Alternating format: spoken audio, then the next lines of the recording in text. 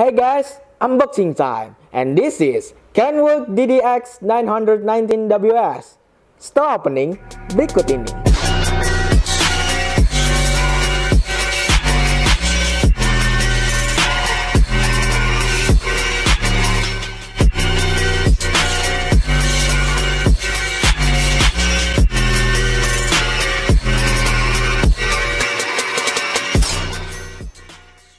Halo semuanya, nama gue Sahdam Pratama and welcome back to another episode of unboxing di Progressive Autoson. Jadi di Progressive Autoson ini kita akan unboxing Kenwood DDX 919WS. Jadi ini adalah head unit yang lumayan gede menurut gue ini. Ini adalah head unit monitor sekaligus DVD receiver juga. Jadi di sini juga bisa wireless mirroring atau bisa pakai Android kalian itu mirroring gitu, kayak lu bisa masukin ke komputer kalian gitu, layar smartphone-nya. Maksud gue itu. Terus di sini adalah Android Auto juga di sini. Sebelum kita unboxing, kita akan lihat dulu kotaknya kayak gimana. Ya, seperti kalian lihat di depan kalian ini ada tulisan all-in-one di sini. Apakah ini beneran all-in-one? Kita ingin tahu juga. Di sini ada tulisan work with Apple CarPlay, wireless Apple CarPlay.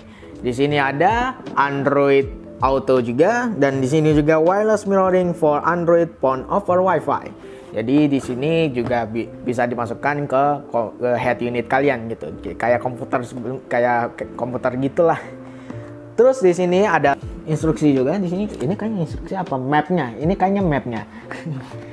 Di sini ada rear view kamera, terus front kamera input, AR input, terus kamera input, USB interface dan lain-lainnya. Gua gak bisa sebutin juga karena ini mapnya aja. Jadi nanti kita lihat di dalamnya aja. Terus di sini ada HDMI, terus Apple CarPlay, Bluetooth dan lain-lainnya. Ini bisa Bluetooth juga, ini bisa Spotify juga. Terus juga di sini ada tulisan macam-macam juga, yaitu high definition display 1218 x 200 x 720 screen resolution. Jadi ini adalah resolusinya 760 pixel. Terus di sini ada high definition 2 dimension atau 3 dimension AVM linkage. Jadi ini adalah monitoring yang bisa 2 dimensi atau 3 dimensi lah ya. Kayak misalnya lu 3D gitu, kayak misalnya lu mau parkir takut nabrak gitu kan. Jadi ada mapnya juga di situ. Terus ini ada 3 camera input with rear camera good light. Kalau ini kurang tahu saya. Terus ada multi widget home screen. Di sini bisa custom home screen kalian kayaknya ini. Bisa input gambar atau apa gitu. Terus ada dash camera linkage.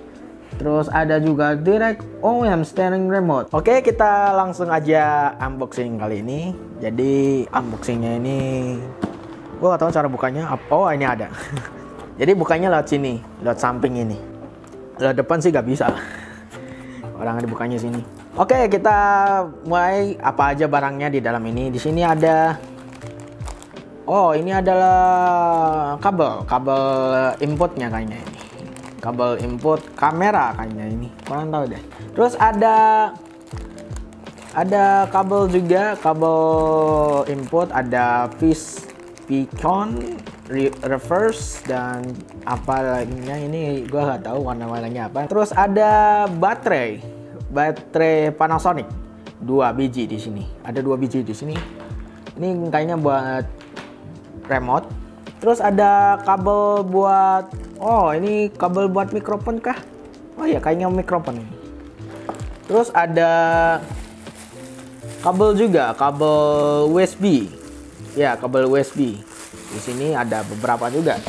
Terus ada remote, tampilannya lumayan bagus. Terus ada kartu garansi Kenwood. Ini ada tulisannya juga sih, model ini nomor serinya ini. Jadi gue nggak mau kasih tahu kalian yang kartu garansi karena ini udah tertulis, jadi gue gak enak. Penting banget buat kalian kartu garansi ini buat bisa gantiin head unit kalian kalau misalnya ada apa-apa gitu. Terus ada baut untuk memasangkan head unit kalian. Ini apa? Keep this card is safe and bla bla bla bla. Service. Oh, ini buat kartu garansi juga kayaknya ini. Keep this card safe. Mungkin ini adalah kartu garansi juga. Terus ini adalah input juga, input one, yaitu ini steering remote-nya. Jadi ini buat steering remote kalian, misalnya setir kalian itu ada remote-nya juga. Jadi kalian bisa input lewat sini. Terus ada buku panduan. Ini double. Oh, ini beda-beda bahasa ya kayaknya ini. Iya, kayaknya ini beda bahasa. Iya, ini bahasa Inggris, ini bahasa Indonesia. Jadi kalian kalau misalnya nggak bisa bahasa Inggris ya baca ini aja. Terus ada barang utama kayaknya. Ya, barang utama head unitnya. Gue takut jatuh anjir.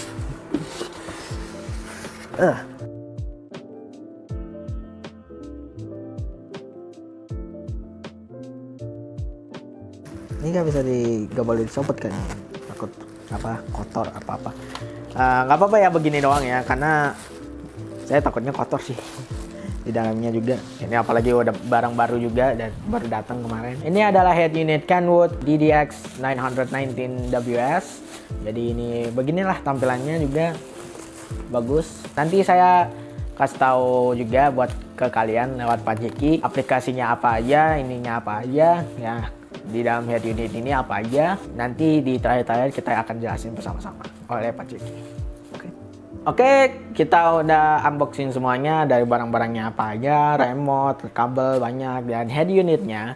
Maaf gue gak bisa ngebukain ininya karena ya gue takutnya kotor. Jadi ya juga gak enak juga kalau gue lepasin maksa gitu, karena ini udah pakai lakban, jadi saya nggak enak juga kalau saya lepasin gitu.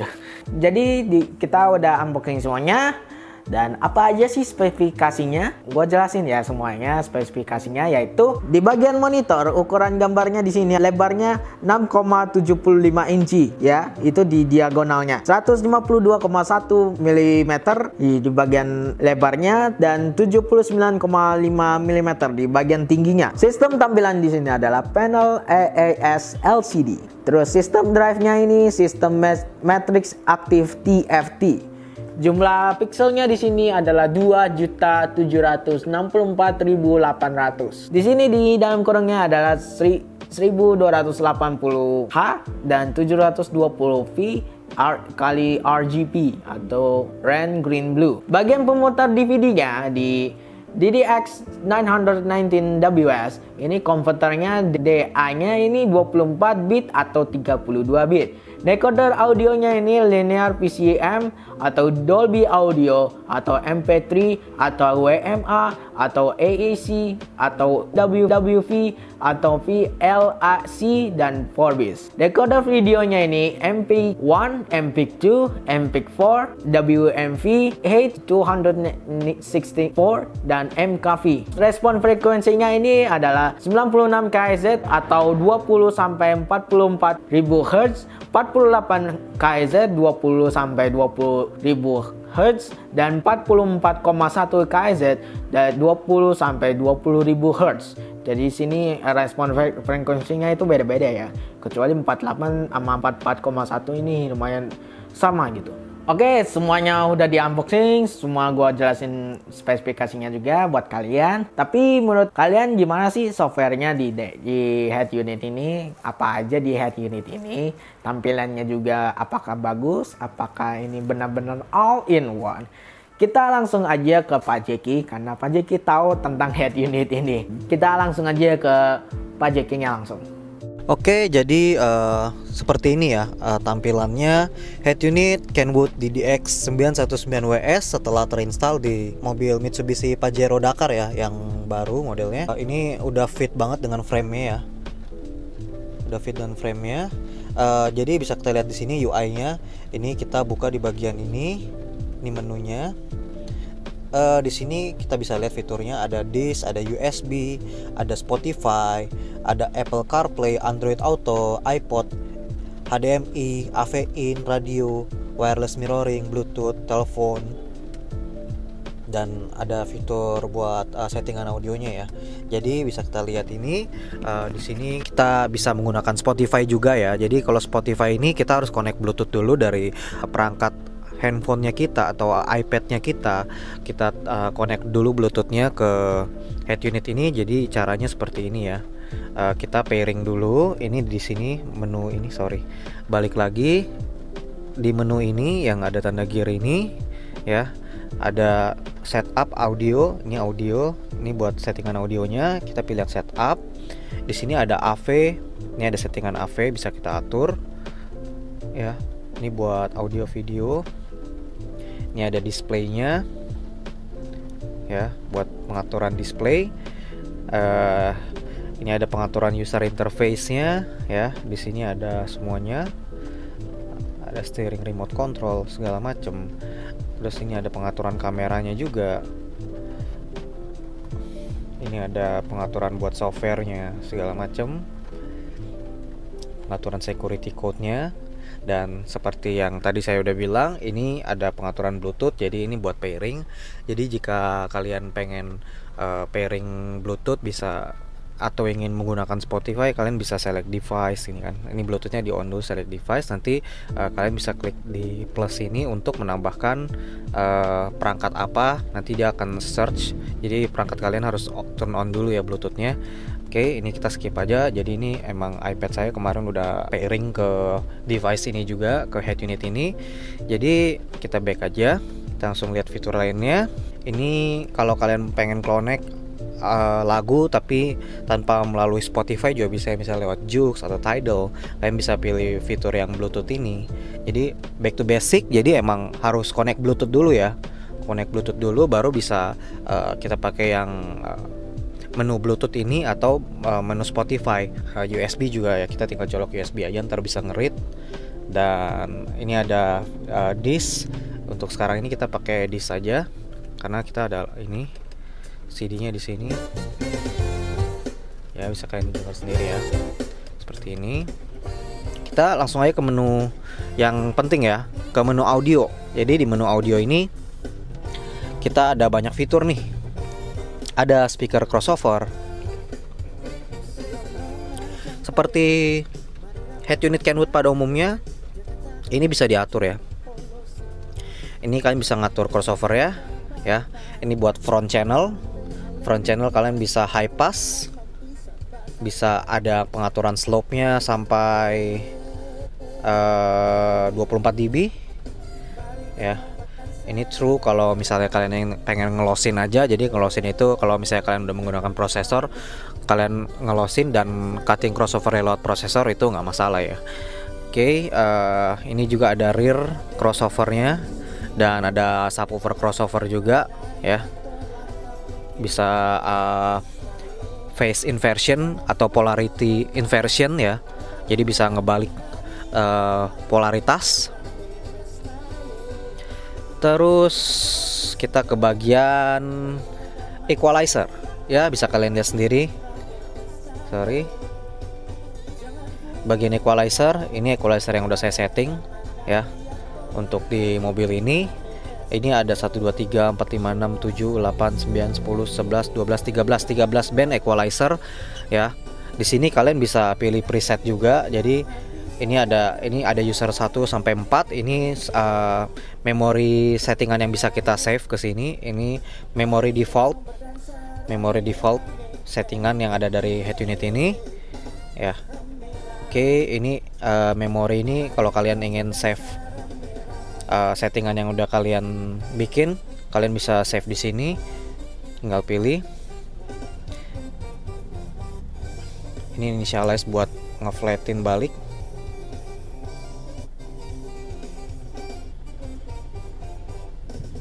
Oke, ini untuk ke all source ya. Jadi untuk copy tuningan ini untuk semua source, jadi ke Spotify, ke Bluetooth dan lain-lain. Kita masuk ke bagian position. Ini ada time alignment-nya juga ya. Jadi ini time alignment, ada delay. Bisa kita atur delaynya. Listening position kita dari speaker front, rear dan subwoofer bisa kita atur settingan delaynya, dan level kencangannya bisa kita atur ya. Berapa dB ya. Oke, kita masuk ke bagian ini, fader balance. Jadi fader balance ini kita bisa atur maju mundur, front atau rear. Jadi ini posisi saya defaultnya di center front, full front karena kita udah upgrade. Terus ada menu lainnya, volume offset. Ini kalau misalnya kalian agak mau ngeboost. Jadi kalau mau ngeboost suara dari source, misalnya dari source CD, kalian bisa plus 2 gitu kan. Jadi lebih kenceng lagi nih. Dengan volume yang sama tapi suaranya bisa lebih kenceng, tapi ini jatuhnya boost. Tapi untuk defaultnya lebih baik dikasih 0 aja ya. Semuanya dikasih 0 aja. Jadi emang kita maksimalin dulu settingan yang di prosesor apa segala macem, biar ini nggak ngeboost ya. Ini semuanya 0. Terus ada zone control. Ini jarang dipakai sih, ini single sound aja, jadi kita bisa ngatur. Berikutnya ada fitur sound effect. Nah, sound effect ini agak tricky ya. Jadi ini bisa kalian buat pakai bass boost atau mau kasih loudness. Ini biasa saya kasih off untuk ini biar suara juga nggak clipping. Ini drive equalizer, jadi di saat kalian kenceng bawa mobilnya, ini dia bisa nge-EQ untuk menyesuaikan dengan kondisi kekencengan suara di dalam kabin karena ada noise dari luar mungkin ya. Ini banyak fitur kayak gini banyak juga ya di mobil-mobil Eropa atau Amerika gitu ya. Jadi di bawaan mobil-mobil Eropa atau Amerika tuh biasa ada drive equalizer-nya juga. Ini ada space enhancer, jadi ini buat bikin sense, jadi kayak efek untuk sense of space. Jadi seperti space-nya lebih megah gitu dari suara, tapi ini banyak main boosting ya. Jadi emang ada boosting juga dari dalam head unitnya buat fitur seperti ini. Jadi ini pemakaian fitur seperti ini harus benar-benar hati-hati, apalagi dengan sistem yang cukup complicated.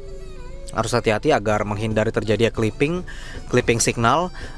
Fitur Supreme ini juga bikin suara juga lebih megah gitu kan. Tapi ya seperti saya bilang tadi, harus hati-hati. Realizer juga harus hati-hati. Ini bikin suara lebih real mungkin ya, kurang lebih gitu, kurang lebih mirip-mirip stack EQ juga. Tapi ini kebanyakan ngeboost, jadi harus hati-hati dalam penggunaannya. Ini saya off aja semua agar tidak ada efek. Jadi emang murni tuningan dari prosesor.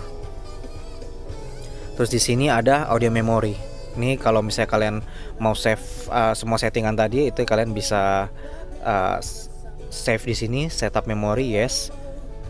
Ini udah ke save semua tuningan yang tadi, settingan-settingan head unit audionya. Jadi ini bisa kalian recall juga, misalnya ke reset, misalnya kalian cabut aki, itu pasti head unit ini bakal ke reset. Jadi kalian bisa recall di sini ya. Itu buat recall. Ini kalau kalian di CD, kalian bisa pilih track di sini ya. Saya tinggal slide. Ini buat tutup ininya, cover CD-nya. Dan ini bisa kalian repeat. Ini repeat satu track atau all ya. Ini buat random ya. Ini backwards. Ini next, play, pause. Ini untuk mute ya, untuk mute. Oke, saya kira cukup sekian reviewnya. Thank you guys. Oke, terima kasih untuk menonton unboxing ini. Jangan lupa like, subscribe, dan share di bawah ini. Jangan lupa komen juga ya di bawah ini. And see you on the next project.